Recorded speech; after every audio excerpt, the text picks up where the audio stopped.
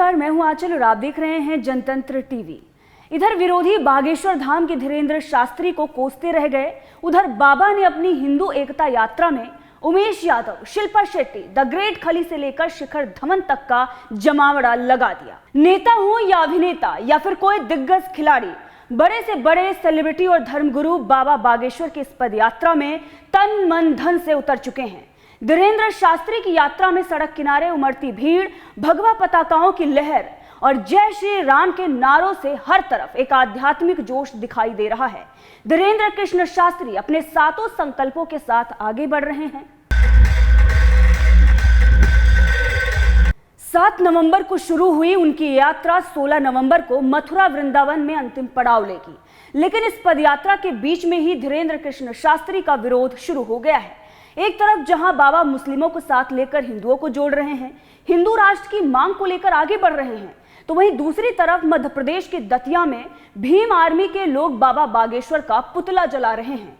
बाबा बागेश्वर की हिंदू एकता पदयात्रा कुछ लोगों को रास नहीं आ रही है, इसीलिए वो जमकर विरोध कर रहे हैं।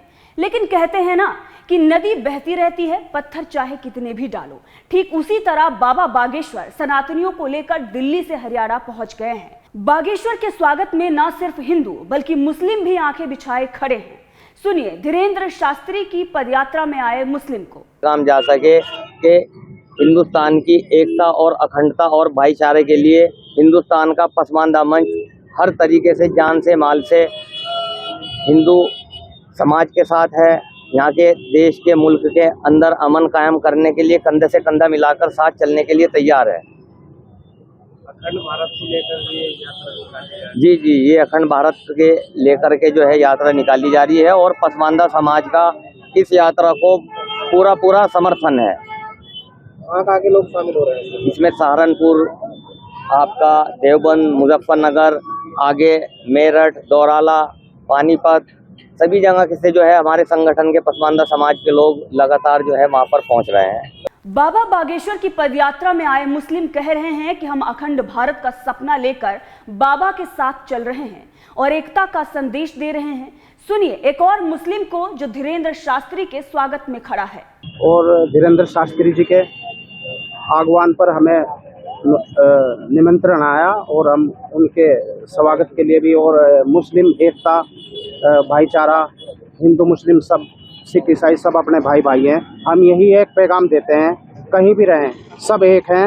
ये भेदभाव कुछ नहीं है, भेदभाव बना रखा है लोगों ने। कुछ हैं ऐसे विरोधी हैं जो भेदभाव का मामला रखते हैं, लेकिन हम नहीं। हम ये चाहते हैं कि सब एकजुट रहें। कोई ये भी ना हो भेदभाव, भाई कोई हिंदू या मुसलमान, कोई ऐसा मामला कभी ना हो। इसी वजह से ये लड़ाई दंगे होते हैं, लेकिन हम ये चाहते हैं भाई एक साथ रहे। अब भले ही दतिया में भीम आर्मी बाबा का पुतला फूंक रही हो, लेकिन लाखों हिंदुओं और मुस्लिमों को साथ लेकर फरीदाबाद की सड़कों पर संतों के साथ बाबा भोग ग्रहण कर रहे हैं, बिना किसी फिक्र के, क्योंकि बाबा के साथ हैं करोड़ों हिंदू और मुस्लिम।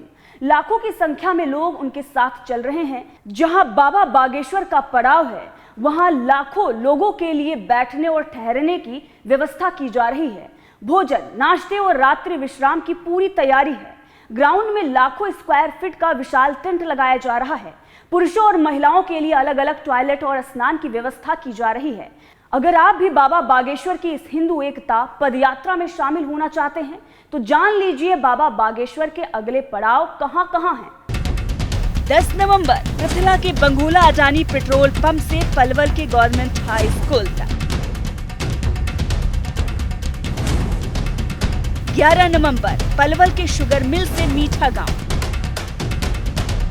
12 नवंबर होडल मंडी से वंचारी जेबीएम।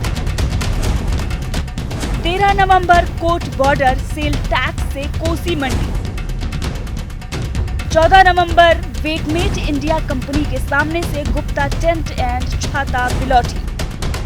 15 नवंबर यादव हरियाणा ढाबा से जैत के राधा गोविंद जी मंदिर। 16 नवंबर छठी करा के 4 धाम से वृंदावन के श्री बांके बिहारी जी मंदिर। कई गांवों और शहरों से होते हुए ये पदयात्रा 13 नवंबर को उत्तर प्रदेश में प्रवेश करेगी। ये हिंदू एकता यात्रा 16 नवंबर तक चलेगी, जिसमें दिल्ली से वृंदावन तक लगभग 150 से 170 किलोमीटर का सफर 10 दिनों में तय किया जाएगा। ऐसा अनुमान लगाया जा रहा है कि इस यात्रा में लगभग 4 लाख श्रद्धालुओं के शामिल होने की संभावना